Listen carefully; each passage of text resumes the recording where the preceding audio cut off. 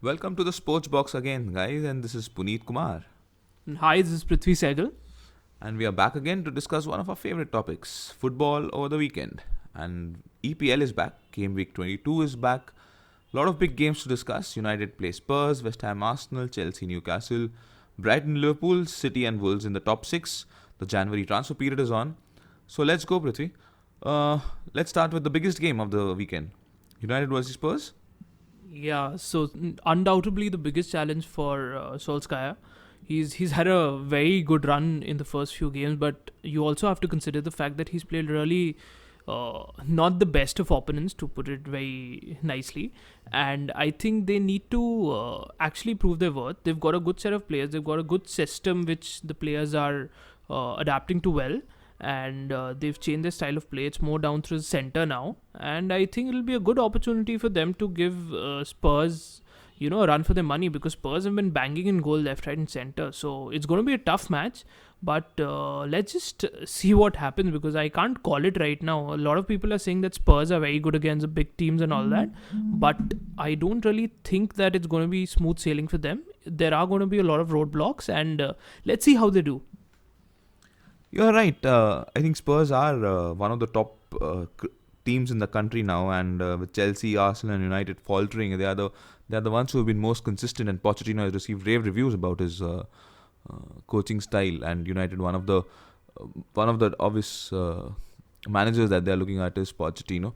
Talking about the match again, Vertonghen seemingly is facing a late fitness test for Spurs, a very, very, very big cog in the centre defence. Alderweireld is back, and I think they would be playing the full team after having a pretty easy game, like almost a Sunday league game against Tranmere Rovers, where they banged in 7. Son's last game before he travels back to Asia Cup. And travels to Asia Cup, not back to Asia Cup. But yeah, and Kane again would be the man to watch for Spurs. For United, a couple of key players. Pogba's injury was a bit of a concern, but he did eventually go to Dubai for the hot weather training. Sanchez seemingly is back, but I doubt he will start. And I do think he would. And Rashford is the man to watch. For me, he's been at par with Pogba, and Pogba has received the reviews, but I think Rashford has been someone who's been the most consistent, hard-working forwards for United this season. What do you make of the squads, Priti? I completely agree with the Rashford analysis, because I think he's been really good and he's really underrated in these games. I think he's done a very good job leading the line, because you're used to Lukaku, the big target man up front, and with the change in system, there's a change in personnel, and I think it's worked really well. I think they're going to do really well with Rashford. He's a young lad with a lot of energy. He puts in everything he can, and I've been really impressed with him. He'll do really well. I'm pretty sure he's going to come all guns blazing. And Pogba himself has, done quite a few things to turn heads, and he was going through a pretty bad patch under Jose Mourinho, but off late he's there's been sort of a revival, which is good news for United fans, because we all know what Pogba can do. We've seen what he's done at the World Cup, and we know what he's capable of. Also, a very interesting stat I just came across was that United have scored 16 goals in 5 matches under Solskjaer, while Spurs have hit the net 23 times in the last 6 fixtures. So I think it's going to be a goal fest, and both the teams, I don't think any of the teams is going to sit back and wait for the other team to score. So both of them are going to go for the game. Harry Kane has been banging goals a lot. Son has been terrific. So I think these two will be the key players at the United defense. And coming to the United defense, what do you think about the likes of Jones and Lindelof at centre back? My Jones is, well, yeah, Phil Jones, the supposedly next John Terry. I think he has become anything but John Terry. The And as next far Titus Bramble, I think. very true. And well, so what actually Solskjaer's formation and the freedom to attackers has done is that it's allowed the likes of Jones and Lindelof and the back four mistakes to be sort of not under undue scrutiny, if I could call it. Scrutiny, all right, but they've sort of had to face too much pressure of defense under Jose.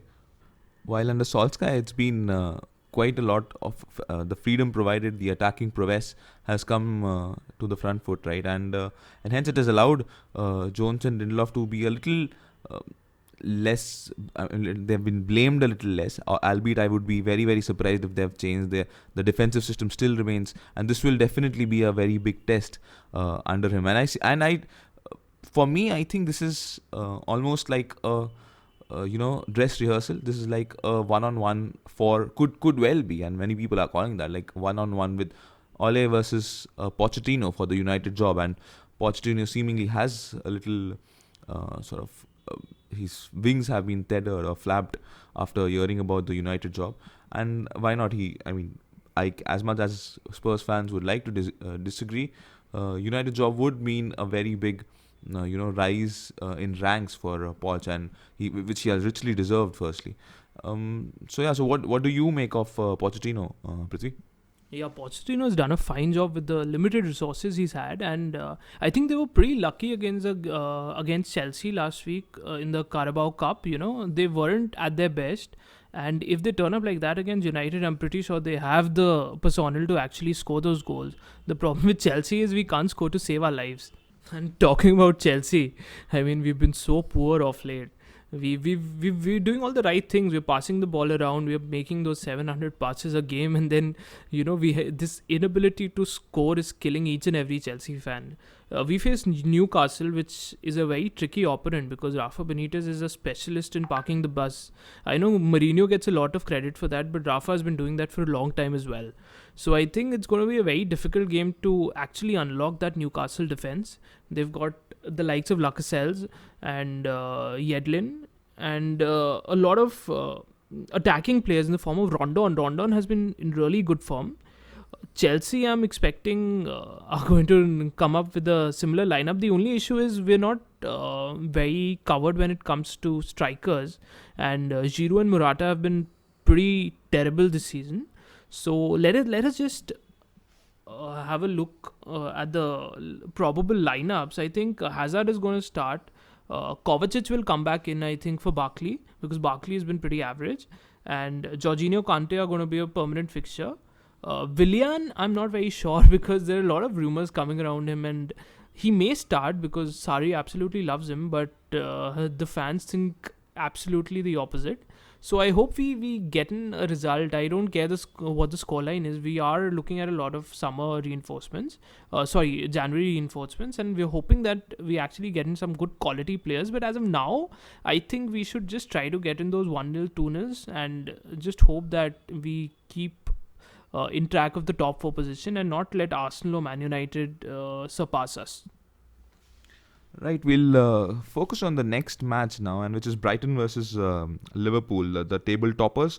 And so Liverpool have had now 2 back-to-back defeats. A lot of questions over Jurgen Klopp's lineup in the FA Cup defeat to Wolves. But for me, I would still think that they've done the right thing, or not the right thing per se, but at least a thing which, at least a statement that for them Champions League and Premier League is the most important trophy, and this is their season to go and actually attempt at winning either one or both, and obviously and then it would start a bit of a domino effect on the rest of the seasons for them, and they are doing well, and Brighton's defense might be pretty good at home, and they have the best home record outside the top 6 this season, and but Liverpool must be really they are the wounded tigers currently, and they must be really waiting to pounce on the defense. Expect goals, expect Salah, expect Mane, expect Firmino to be on their game altogether. And for Brighton, I think Murray is the only guy who Liverpool might be. And I think one big issue for Liverpool currently is the centre back. With Lovren also injured, Gomez injured, we might see Fabinho again with Van Dijk, and Robertson and Trent Alexander-Arnold with Alisson behind. What would you make of the team, Prithvi? Do you think would they be making any changes in the midfield, or do you think they would start up with Shaqiri again? I don't know about the midfield, but the Lovren injury is a blessing in disguise. A lot of Liverpool fans will be really happy because he commits a lot of silly errors, and I could look better with Van Dijk in defense. Just kidding, but you know how good Van Dijk is, and he needs a partner who's going to listen to him and not try to overcommit.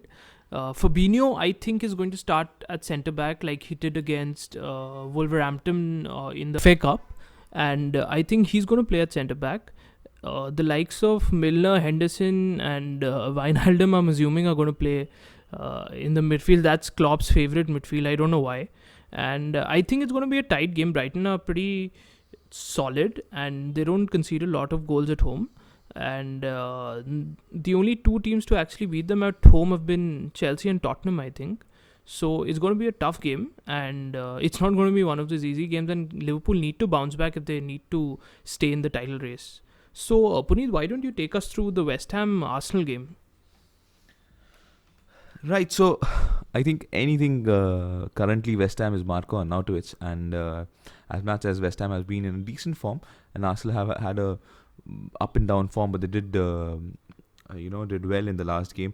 But I think Arnautovic is the topic that we are discussing predominantly, and his elder brother has sort of come out saying he expects a move to China very soon, in fact even in January, while the club has officially released a statement in one of a kind thing for a club where they've actually ended up officially releasing a statement that they want him to stay and they would not be selling him at all.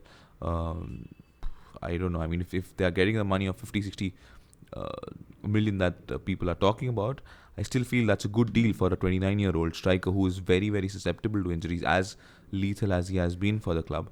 And right, so I think Emery expects a lot of defenders to come back. Bellerins, Mustafi, Monreal are seemingly back in training, and Arsenal are desperate to come back. They're 3 points behind Chelsea, and they're desperate to come back and push for a position in the top 4. So it looks like an evenly matched game, but I think Arsenal will pull this off with Aubameyang and Lacazette clearing and scoring against them. Whether Arnautovic starts or not is going to be a very big issue, but I think Arsenal are favourites and they will definitely sneak in and gain 3 points again, with currently Pellegrini's side going through a lot of internal turmoil with Arnautovic. Right, so we turn our eyes to the next game, which is Man City versus Wolves, right? And City number 2 currently 4 points behind Liverpool, coming out of a brilliant victory. And what do you make of Pep's side, Prithvi? Pep's side have been on a goal fest. They scored 7 goals in the game against Rotterdam and 9 against Burton Albion. So there was a lot of controversy on social media going on as to the fact whether Man City were disrespectful for their opponent. So which I completely disagree with. I mean, as a professional footballer, it's your duty to score as many goals as you can in a game, irrespective of the opponent. It's not their fault that they faced Burton Albion. And Burton Albion have come to the semi-final, so they must have beaten at least a couple of teams in the cup, who were Premier League oppositions. So I think there's a lot of unnecessary controversy going around in that front. I think Sterling and Sane are going to come back in the lineup, and we're going to see Jesus scored 4 goals against Burton, so I don't know whether he'll keep his place because of his fine form, or will Aguero come back in. Kompany is injured for the game, so I don't think he'll be starting, but they've got sufficient cover. I don't think Man City are going to have a problem. Bernardo, David Silva, I'm expecting them to start. I'm not very sure about Kevin De Bruyne, whether he's going to start the game or not. Wolves have been, the giant killers this season. They've been so good against these big teams that they've actually gained points against all of the teams except Liverpool, and they actually beat them in the FA Cup, so now they're even there as well. So I think it's going to be a very tricky game. Wolves was actually the first team to get points of Man City this season, when they were actually on their soaring run, beating all the oppositions that came their way. I think Wolves have a very tight unit. They've got the likes of Jimenez, who may not be the most clinical of strikers, but is a workhorse. They've got a solid defense. Matt Doherty is very good at right wing back. Johnny as well.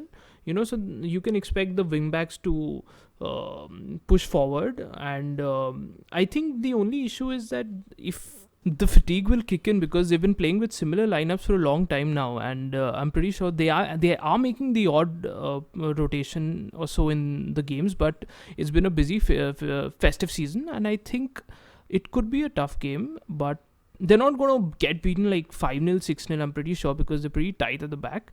But it is going to be a very interesting game to watch, and it's a Monday night game, so it's that late night cold winter game against Wolverhampton. It's a cliche, and hoping that Man City, if they get all 3 points, I'm just hoping that Sane does really well because he's in my FPL team.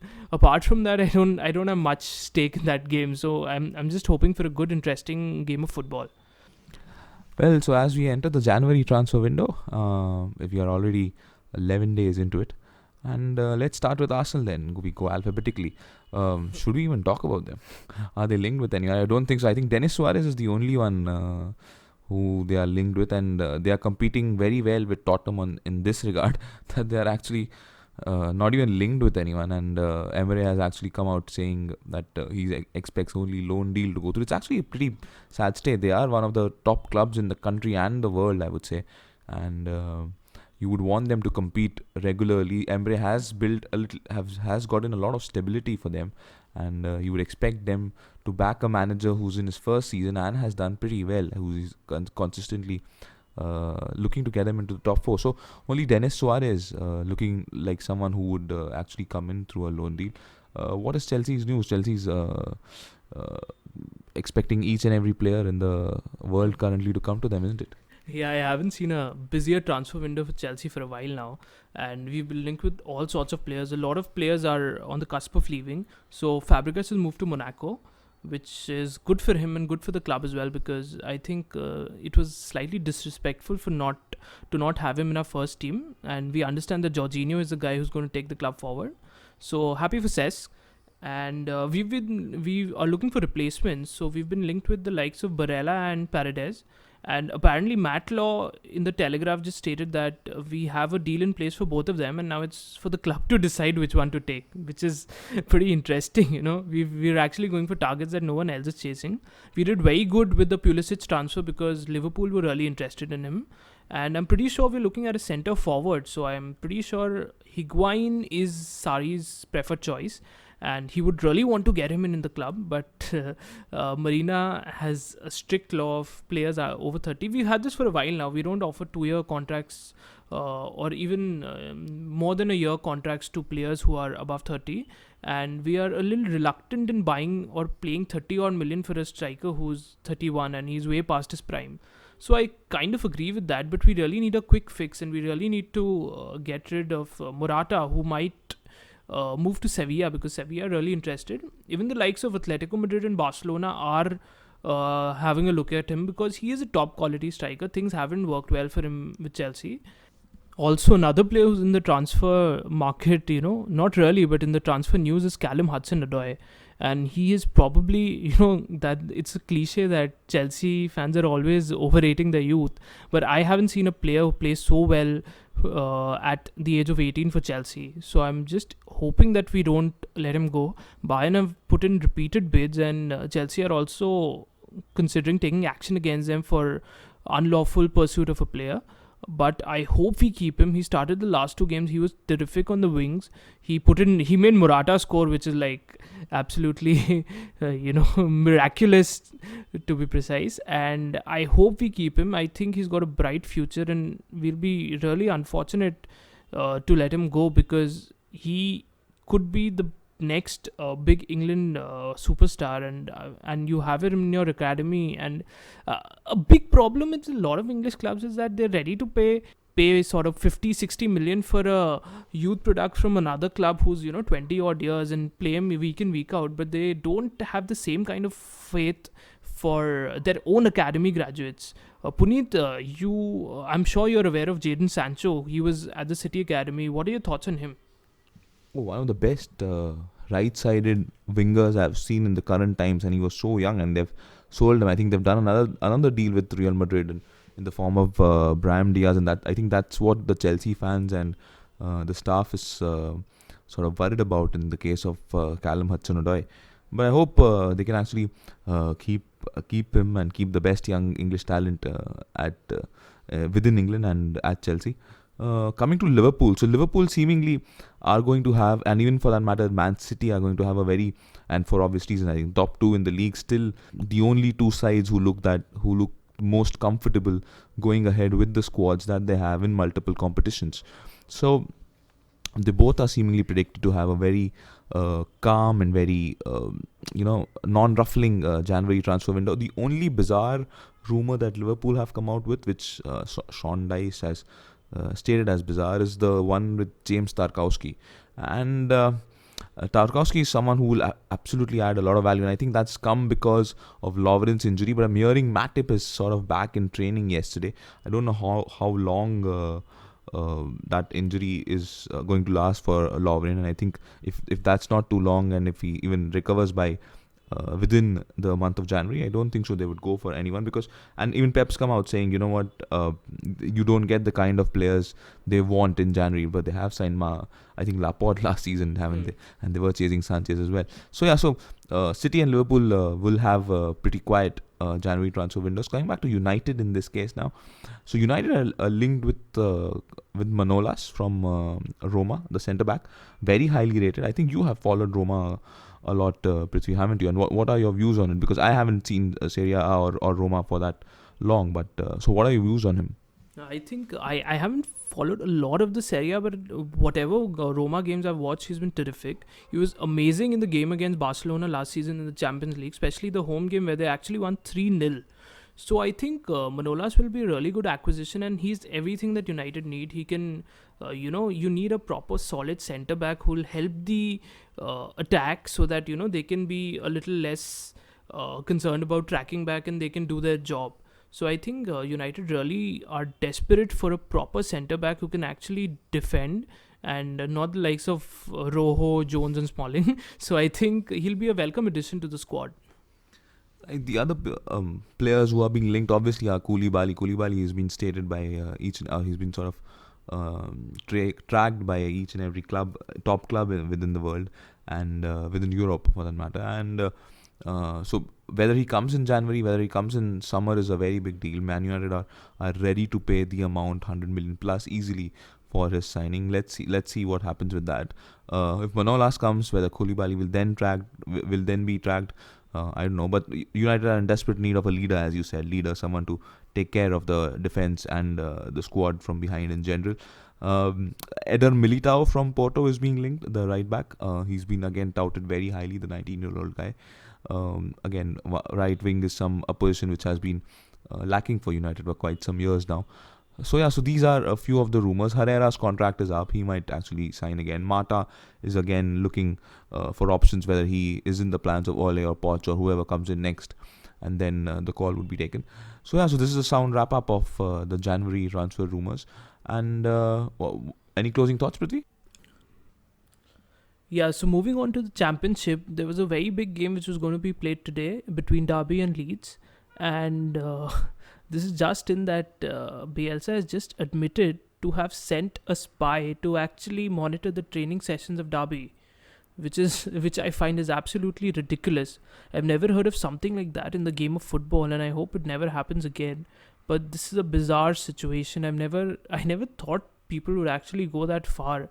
I know you can do a lot of things on the field of football, and you can, make a few changes and try to alter the game even through fair means. But doing something like this is beyond belief. I still can't really believe that something like this happened.